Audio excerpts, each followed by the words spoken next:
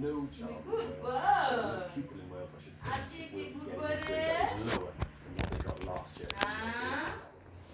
Thomas Morgan there in Bridgend for us. Well, earlier, Kathy Crew-Reid, head teacher at the independent school in Wolverhampton Grammar, told BBC News that her students had been given lower grades than expected.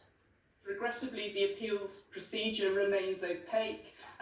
We already knew that there were very limited grounds on which schools could appeal on behalf of the children. That obviously changed yesterday with the introduction, possibly, of mock result appeals, but we don't have any of the details on that yet, and the government is saying that they will publish those next week. And really next week is too late for young people who today are trying to find out whether or not they've got into the universities of their choice. One head teacher there in Wolverhampton. Well, we can speak now to Dr. Mary Balster, Joint General Secretary of the National Education Union. That's the UK's largest education union. Thanks very much for joining us this morning. What is your reaction to the results that we are getting in? Do you think they are perhaps the best effort that could have been reached given the complications in recent weeks? Well, first of all, I want to congratulate all the students who are getting A-level results today and vocational qualifications. They are the victims of a process which has gone wrong really from the start, but particularly wrong at the last minute. And I do hope that universities fulfil their pledge to be generous, to be reasonable, and to understand that these students have lived through a pandemic and were not able to take the exams through no fault of their own, and then have had the whole process upended at the last minute. And I think the danger is that the confidence in our qualification system has been badly dented because of government inaction and then reaction at the last minute. Too little, too late. We heard, though, from the head teacher who was speaking a moment ago, just in the last hour, that some of her students haven't been given any flexibility by universities, despite having their grades lower than expected. And I'm seeing that all over the place. I'm seeing that on Facebook, and I'm seeing that on Twitter. And I think it's the problem is that universities are receiving more applications because the jobs market is so poor for 18-year-olds, and because the number of apprentices that are being offered by employers in these times has diminished, has decreased. So universities are getting more applicants, and courses are filling up. And of course, the end result of that is that students who have seen their A-level grades go down by 1 grade, at least 40% down by 1 grade or by 2 grades, are finding that the grounds for appeal changed at the last minute, and are not getting the places that they want. And as that head teacher said, learning next week about how you can appeal on the basis of mock exams is too late. Those places are filling up now. Who do you blame for this mess? Is it directly to be laid at the door of Gavin Williamson? I think it is, I'm afraid. And Gavin Williamson has Ofqual, who is the independent regulator, meant to be independent. Gavin Williamson should have been all over the statistical model, which, whilst it may work okay at a national level, there's huge volatility at individual school and college level. I'm getting this morning a phone call from the head teacher of a top grammar school who says he simply does not understand the results, even in connection with results in the same subjects 1 and 2 years ago. So the model is hugely volatile at school level, and that means there are individual tragedies where students and schools are going to find it difficult to appeal, because who knows what a valid mock exam is yet.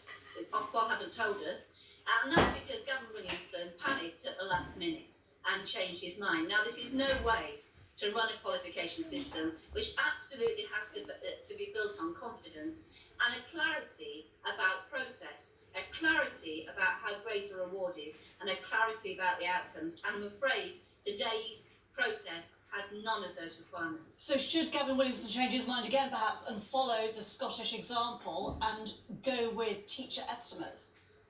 I'm afraid, there's a problem with teacher estimates because the process we have doesn't allow them to be moderated.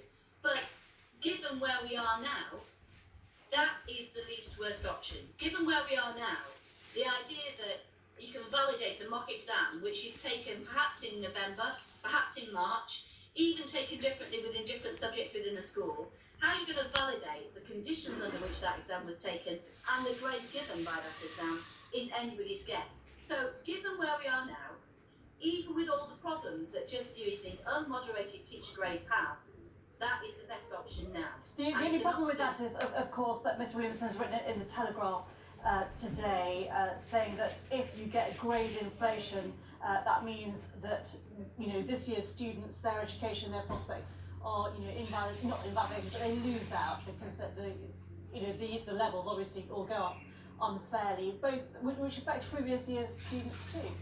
Well, you should have thought of that 5 months ago. And the fact is, we are where we are now. Clearly, the volatility in the system shows that the grades delivered by an algorithm can't be substantiated. Less than 2 days ago, Gavin Williamson acknowledged that and said, let's do the grades on mock exams. We know that mock exams are no basis on which to allocate grades. So what's left to us? What is left to us is to accept that these students are living through a pandemic. They couldn't take the exams through no fault of their own. And the best option we now have left to us, because the government left it so late, is teacher assessed grades. It's not an outcome that we would recommend, but it's where we are now. What about the option though, again Ms Williamson has pointed out today that students can, if they're unhappy, take the exams again in the autumn. Now obviously they haven't had lessons for months, they've probably not been revising necessarily, but can that be made to work given COVID restrictions? Well, I think it's really difficult with given COVID restrictions for that to happen. As you say, they haven't been taught, so schools work very hard to prepare students for exams. Many of them won't be having resumed teaching for months before that, and that affects differentially upon different students. And also, So just briefly, it's too late for students. I mean, they want to start their courses in September. The idea that they can start their courses in January, I think, is deeply problematic. They lose out on socialisation. It's very difficult for universities to offer 2 points of entry. I think that's hugely problematic. Just very quickly, if they do sit exams in the autumn, though, should they be the regular A levels or should they be something different because they've lost out in so much learning recently?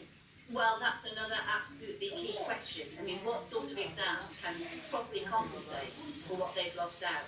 I just think this is a mess, and I think this should have been sorted out when Gavin Williamson knew of the pandemic and knew of the cancelling of exams. It was a decision he made. He should have been all over this. He should have been looking at the statistical model. He should have been looking at school volatility. I've had it today from the head of a grammar school saying the results don't make sense. I've had the head of a secondary modern school saying the results don't make sense in connection with previous years, the previous 2 years and the grades there. And it seems to me that this is just a mess, and the best way out of it now is to accept teacher assessed grades. And is he in the right job, Ms Williamson? Is he the right man for the right job right now? That's for Boris Johnson, but this is not his finest hour, is it? Okay, Dr Mary Bastard, General Secretary of the National Education Union, many thanks indeed. Now, the world's biggest travel company, TUI, has said it lost over €1 billion in the third quarter of this year. The tour operator